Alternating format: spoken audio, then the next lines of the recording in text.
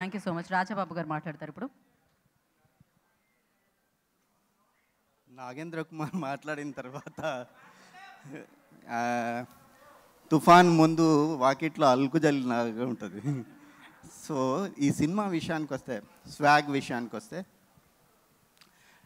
Teaser చూసినప్పుడు శ్రీ విష్ణు ఏదో risk చేస్తున్నాడా అనే ఒక డౌట్ వచ్చింది.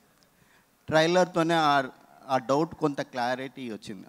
ఇది ఏదో గొప్పగా ఉండబోతుంది అనే ఫీలింగ్ ట్రైలర్ కల్పించింది.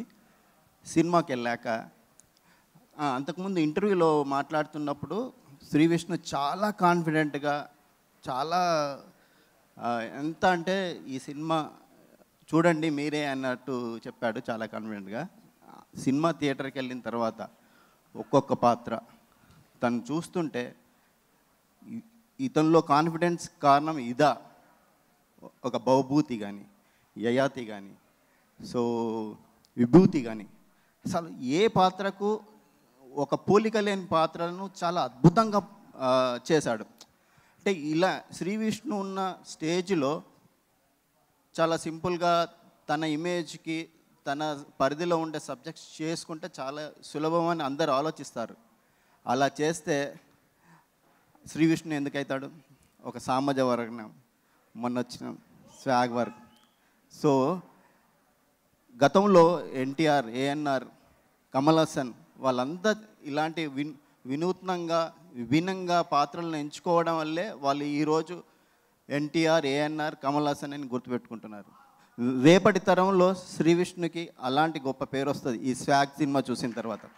స్వాగ్లో 5 పాత్రలు ఎక్కడ కన్ఫ్యూజన్ ఉండదు, చాలా సాఫీగా దర్శకుడు హసిత్ ఒక్కొక్క ఎపిసోడ్ని ట్రాన్స్ఫార్మ్ చేసిన విధానం చాలా బాగుంది. అంటే ప్రతి ఎపిసోడ్కి కనెక్ట్ చేస్తూ ఆడియన్ని కనెక్ట్ చేసిన విధానం నాకు బాగా నచ్చింది.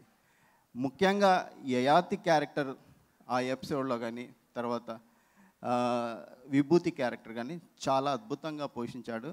ఎవరు ఊహించని విధంగా ఉంటుంది సినిమా ఇది. మీరా జాస్మిన్, ఈ సినిమా విషయానికి వస్తే మీరా జాస్మిన్ చాలా అద్భుతమైన క్యారెక్టర్. ఒక మహిళ, ఒక స్త్రీ ఎలాంటి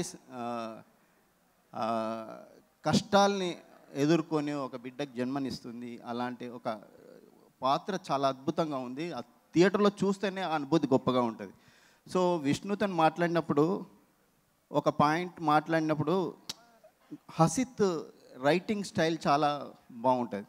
సో దాన్ని స్క్రీన్ మీద తీసుకొచ్చి మీరా జాస్మిన్కి సంబంధించిన ఒక ఎపిసోడ్లో గుడ్లు ఒక్కొక్కటి పగలగొడుతుంటే గుండె పగిలినంత ఫీలింగ్ వచ్చింది.